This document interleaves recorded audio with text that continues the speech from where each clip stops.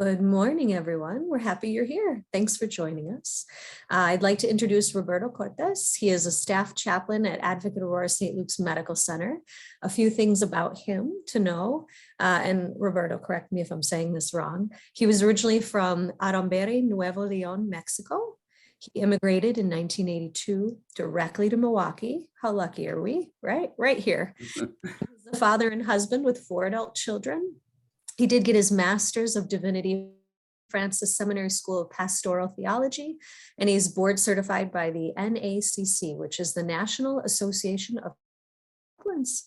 Roberto, we're so happy that you're joining us. Take the stage. It's all okay. Well, see, I want to start with a little story. Many years ago, there was a famous, popular, but more than that, a very inspirational preacher. And he had a great following. Every Sunday, the crowds would come to the place where he preached. But you know what? As time was passing, and he began to get tired, and his inspiration began to dry out. And so he said, "What am I gonna do? People still expect, and I need to continue preaching. What do I do?" So I said, "Oh, I know what I'm gonna do for next Sunday." And so Sunday came and he couldn't do anything. So, but right at the moment Sunday came and he did something. So here is the crowds waiting for him. And so he came, and as he stood in the podium, he says, and he asked, "My people, do you know of the important matter that I am on to preach to you today about? Do you know of such important matter?" People were surprised and they say, "No." "Oh, why should I waste my time telling you about something you have no clue about?" So he got away. He went home that day without preaching. And he thought, well, maybe next Sunday I'll come and I'll have something to say, something inspirational to say to these people.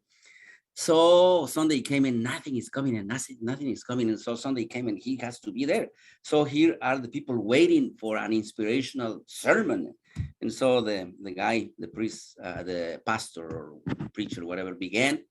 And again, nothing. Said, "My people, do you know about the important matter that I am going to preach to you about today?"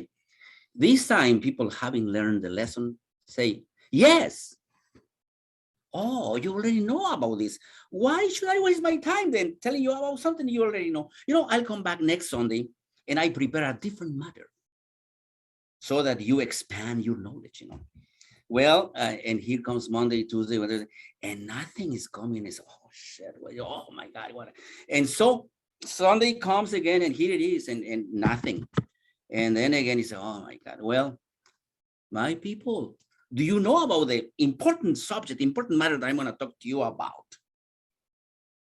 And this time, people were a little hesitant. Some say yes, and some say no. "Oh, thank you in advance. Those of you who know, please tell those who do not."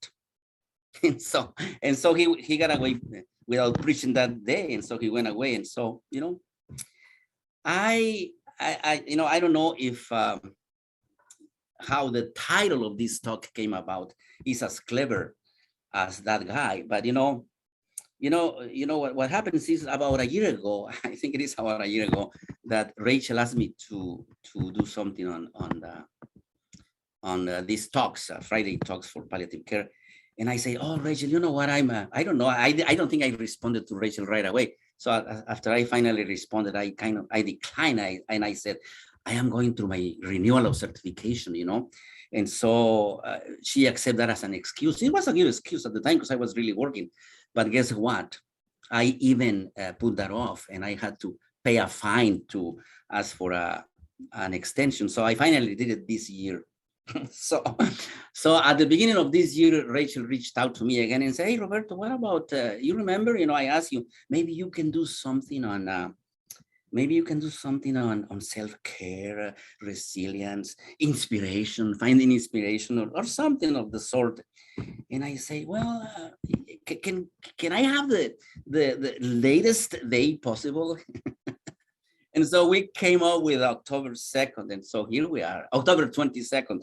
And she said, it is very close to the Day of the Dead. Maybe you can talk about the Day of the Dead. I mean, what a cultural subject to talk about. And I have done that before, but Day of the Dead, I have done that too much. And so I'll do something mañana. Mañana became a week, 2 weeks, 3 weeks. And then before I know it, several months. And here one day, 3 weeks ago, I think about 3 weeks ago, here is, we are on, I think it was 40 EF here at St. Luke's.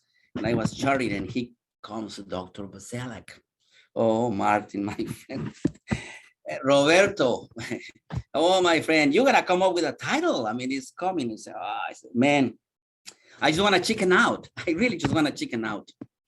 And so I saw his face of disappointment. He says, oh, really? I guess we can always cancel. And I saw his face of disappointment. I say, oh, no. That is the title. I just want to chicken out. That is the title. At that moment, I thought, I am so embarrassed that I don't want to do something. Or worse, Martin may come up with his own title and he may do something entitled You Chicken Shit. So I said, anyway, so what, there is something about the title that has merit. I just want to chicken out. It is a reflection of a feeling, a reflection of an emotion that you have. It's been almost 2 very, very hard years living under on the conditions of a pandemic, that if you were to write about it, that you were to journal, you will be surprised about the places, physically and emotionally, the places that you have been, and you'll be surprised about the impact and how much we all, and you personally, and I personally, have been affected in our jobs, in our lives, in our social lives, in our personal lives. My entire family in Mexico got COVID. My family here got COVID. I didn't, because I was lucky to have the vaccine. But I had the opportunity to have a renewal day. I don't know if you are familiar with renewal days. Advocate Aurora offers a renewal day, and you don't have to take a PTO. It is paid for you. And you take this day for yourself. It is like a retreat, a day of retreat. And so you can take it. I think it's offered to all. And so I had the opportunity to take a renewal day, and I don't write. I'm not a writer. I don't do that. But I had the opportunity to journal. They asked us to journal. What? Write? And I said, I don't do that. But I did it. I can't believe I started just writing and writing and writing. I was upset when the person who was leading said, next activity. And I said, hey, I haven't finished. Wait a moment, I haven't finished. I was upset because I got all my emotions out. And so, no wonder, what, I don't know if how many people relate to this. I just want to chicken out sometimes, I have been tired, emotionally drained. And with our hospitals, with short of staff, everywhere, people are dealing with compassion fatigue and sometimes having little or no energy to keep going. So how do we bounce back and get stronger in the process? Next. And so, first of all, I like to talk. I talk too much sometimes, unfortunately. I am an extrovert. And so people who know me, I am an open book. They know more than I care that they know about me. But I in talking with family, with friends, with colleagues, with chaplains that I like and those who I don't like, I still talk. But, and so, that helps. But I keep going to a resource that I have. And it is a nice book. It's called The 4 Agreements.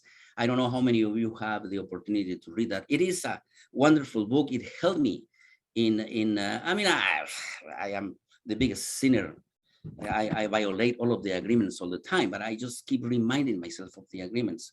And so it was, my wife introduced me to this, and it helped me in my relationship, at least to talk to her about something that is meaningful to her. So it even helped our relationship and my relationship with other people. And And so a practical guide to personal freedom, a Toltec wisdom book. The Toltecs were a civilization known throughout southern Mexico. I think they even were here 3,000 years ago, but they around the 1200. I don't remember. I need to Google that more. But they were a men and women of knowledge. They were artists and scientists who formed a society to explore and conserve the spiritual knowledge of and practice of the ancient ones. Their nawals, their masters. And Don Miguel is a shaman, is one of the nawals of the descendants of the Toltecs. And so he in this book, he presents as he says, a practical guide. I don't know if he said it or people who read it, a practical guide to personal freedom. And so the book is about agreements we have made and they never served us. They never. And we need to break with them. Next. When we were born, our minds were completely innocent. We had no concept of good and evil, right or wrong, beauty or ugliness. We had no concepts at all. No idea what it means to be a human, what it means to be a woman, what it means to be a man. The only way to see yourself when you were 1, 2, or 3 was to look at your image at a mirror. And guess who that mirror was? Adults, already adults. And so soon as you grow up, you begin to get ideas and beliefs because of the projections because of the images that adults project to you. And so Don Miguel calls this a process of domestication. You know, your mother told you, the mother tells you who you are, your father tells you who you are, at school, the teacher tells you who you are, at church, the preacher, the priest tells you who you are, your siblings, like me, I told my own, tells you who you are. And he calls this the process of domestication. And so during the process of domestication, day by day, at home, at school, at church, at work, we are told how to live and what kind of behavior is acceptable. As parents, we train our children, whom we love so much, the same way in which we train a domesticated puppy, an animal, with a system of punishment and reward. They do something we like, oh, you're a good boy, you're a good girl. They do something we don't approve of. You are a bad boy, you are a bad girl. And so as kids, we begin to make agreements and we store information. If we don't agree, we don't store that information. But the thing with agreements is that we store information, and many years later, we still behave according to what we still believe. We say, no, we don't believe that, but subconsciously, we still behave in that way. And so agreements are fear-based or lie-giving. One day, I came home crying.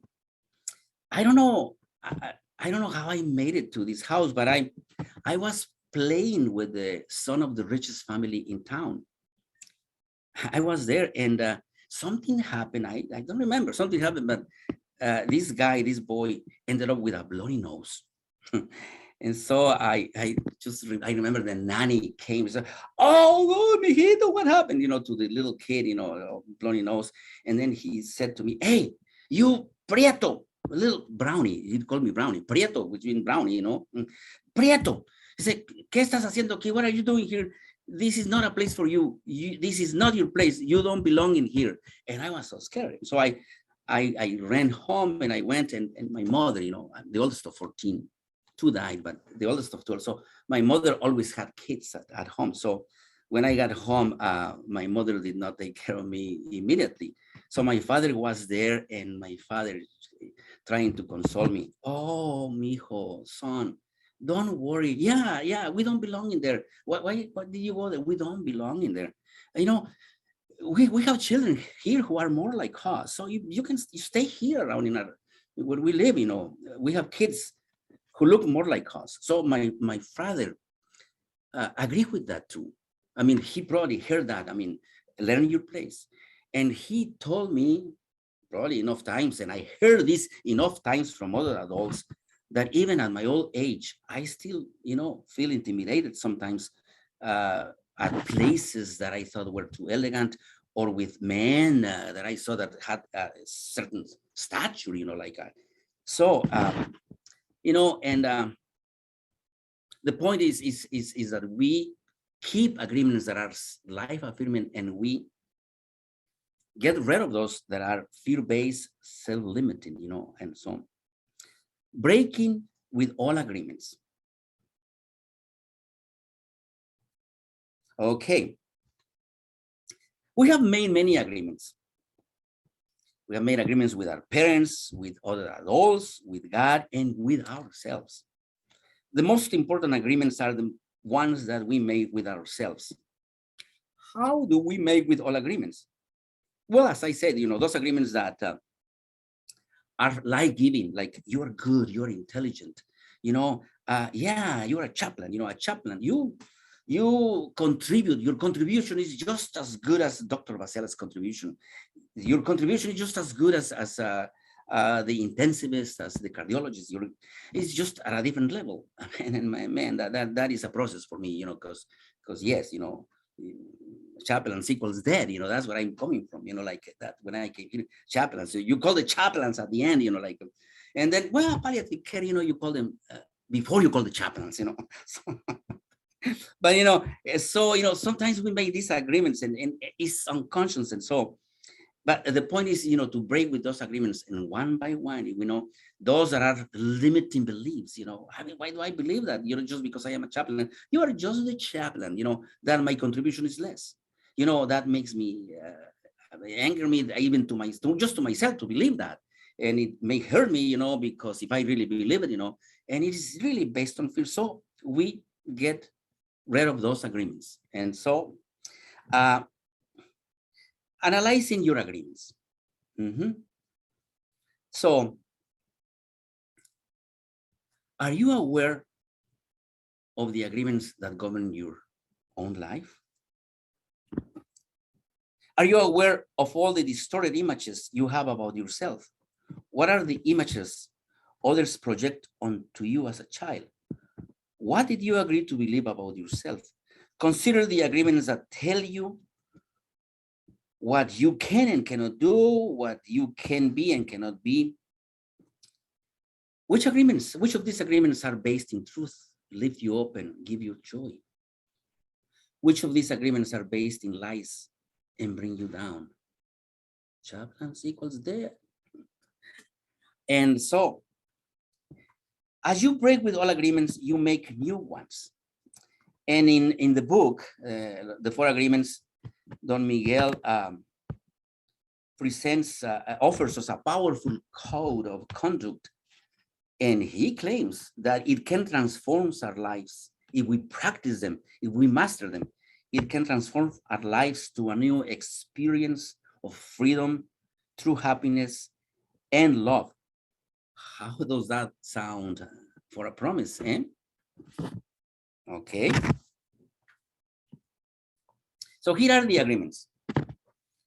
Be impeccable with your word. Impeccable, that's not a tint, of, just clean, impeccable with your word. This is so hard for me because I love gossip, well, communication maybe. But, do you have integrity with what you say? Do you use your words to build up, to energize, to uphold love and truth? Do you use your words to treat others with dignity and respect? Do you recognize that your opinion is just that, your opinion, just your point of view? Does your self-talk treat you with dignity and respect? Chaplains equals that. Does your self-talk treat you with dignity and respect? Speak with integrity, say only what you mean, Avoid using words to speak against yourself or to gossip against others. Use the power of your word in the direction of truth and love. Don't take anything personally. Taking everything personally is the maximum of expression of self-centeredness, because in doing, we make the assumption that everything is about me, but it is, isn't it? Oh my gosh, yes. Don't take anything personally. Nothing others do is because of you. Nothing others say is because of you. What others say or do is a projection of their own reality. When you are immune to the opinion and actions of others, you won't be the victim of needless suffering. Oh my goodness. And third one is, don't make assumptions. Well, and it's very similar. The problem with making assumptions is that we believe that the assumptions are true. So don't make assumptions. Find the courage to ask questions and express what you really want. Communicate with others as clearly as you can to avoid misunderstandings, sadness, and drama. We just, with just this agreement, he says, we can completely transform our lives. And this is so easy. We have the tendency to make assumptions. I got in trouble yesterday here in the department for making an assumption, and I thought I was right. And I wonder if I was right, but I might not have been, because everybody else thinks different, So I made an assumption and I got in trouble. So next time I have to ask more questions. And the fourth agreement is always do your best. Your best is gonna change. Your best is gonna change because sometimes you're sick, and so your best is not the same when you are sick as when you are all energetic and rested. And so, but under any circumstance, always do your best, because that will avoid self-judgment, self-hatred, self-abuse, and regret. So always do your best. So here are the 4 agreements. Be impeccable with your word. Don't take anything personally. Don't make assumptions. And always do your best. And finally, I want to finish with this. There's something else, that I go back to, and it is when I feel like I don't make contributions, that I don't see the product, I don't see, and it is a reflection, like it's called the Romero prayer, the Oscar Romero prayer, and so it has some God language, some theological language. So I mean, if your beliefs are different, get past that, but you just like think of a higher energy. It helps now and then to step back and take a long view. The kingdom is not only beyond our efforts, it's even beyond our vision. We accomplish in our lifetimes only a tiny fraction of the magnificent enterprise that is God's work. Nothing we do is complete, which is a way of saying the kingdom always lies beyond us. No statement says all that could be said. No prayer fully expresses our faith. No confession brings perfection. No pastoral visit brings wholeness. No program accomplishes the mission. No set of goals and objectives includes everything. This is what we are. We plant seeds that one day will grow. We water seeds already planted, knowing that they hold future promise. We lay foundations that will need further development. We provide yeast that produces far beyond our capabilities. We cannot do everything, and there is a sense of liberation in realizing that. This enables us to do something and do it very well. Thank you. No, and finally, you know what? I mean, if all of this, if after all I go back to this, it doesn't work, I just adopt this attitude. Me vale madre. At least for 15 minutes, I don't give a damn. and go away for 15 minutes and then come back, you know. Thank you.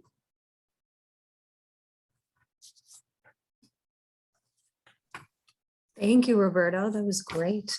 I wanted to invite our audience to give some input and see if anyone's read the book, what they think, and if they apply any of the concepts or some of these philosophies to their life already, even if they haven't read the book. Please share your thoughts. All I want to say, Roberto, is Kelly Campbell says, thanks for not chickening out. yeah, thank you. And thank you for being our chaplain today, Roberto. That was beautiful.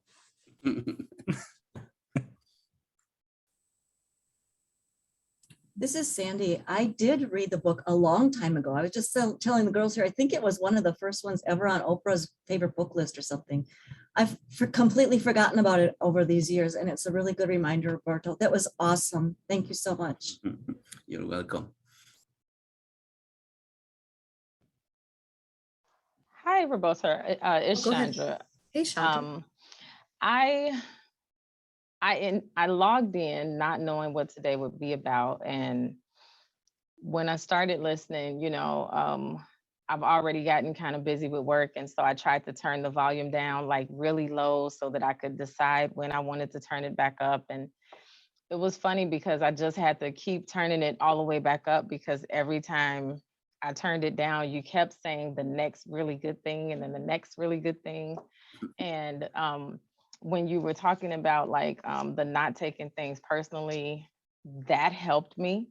And then the last thing about the fact that your best is going to change.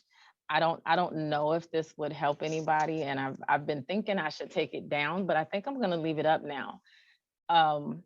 Throughout this thing with COVID, and I appreciate that you mentioned that, because a lot of people want to not talk about COVID anymore, but we're still in it, and so it's a little difficult to not talk about.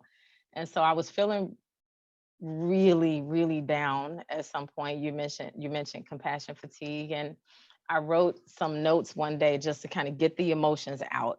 So I wrote them on like these little, you know, blue sticky notes, and I stuck them up on my desk.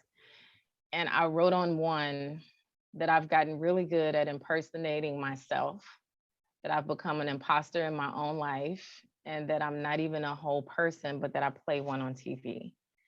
And I wrote it on a sticky note and I stuck it up there because somehow I decided that I was just going to kind of check in with that emotion throughout the rest of that week. And it's been there for months now, just to see if I'm still feeling that way. But then what I did was I didn't just stop there. I wrote the other emotions that came with it. And so it kind of goes from one side of my desk to the other side now, where it got to the point where it says that my day is affected in one way or another by all the things that are right or wrong, and that I need to be unsatisfied enough to go looking for a better day. That I'm not the sum of all my failures or my misguidings, but that I'm the sum of it all. I'm here because of all the right, all of the wrong, all of my yeses, all of my nos, that all of it is me. But that I don't have to only own the things that are negative. And so everything that you just said today, I'd never heard of the book, but now I am gonna go and try to find it. But grateful for everything you just said is kind of an understatement. Everything you said today was what I needed to hear. So thank you so very much for your not chickening out. I agree. I'm glad you didn't chicken out. Thanks, Chandra. I agree with Sandy. I read this book a number of years ago, and I was thinking about it recently, but now that you've brought it up, I should dig it out of my library and read it again. So it's a good reminder, and a good reminder, Chandra, that we are a full person with all the bad and all the good, right? It's not all bad and not all good. And sometimes the bad is actually an opportunity to find more good if we look at it and take it like that. Roberto, it's so good to see you, first of all. I haven't seen you in a long time. Good to see you too. And you know, for me, you are this book, and this book is you. And you have shared this with me and have spoken about it ever since I've known you. And it's it is such, and the lessons in this book are so simple and yet so profound and yet so hard some days. And I just, like others have said, this is just exactly what I needed, right? You provided what I needed right at the time that I needed it. And it's been so refreshing to have your interpretation and to and your passion around this book, because I know that this is your anchor. Thank you. Thank you. Sometimes the day just starts off in a dash. And so these little few moments to reflect are so lovely. So we're really grateful for you, Roberto, and grateful for your reminders. And we're so thankful you didn't chicken out after all.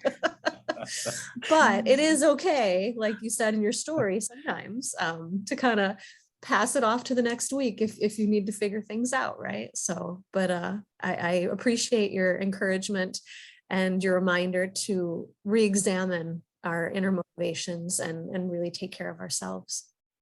Have a good day. Adios, Thank you. Roberto. Hasta la vista. Hasta la vista.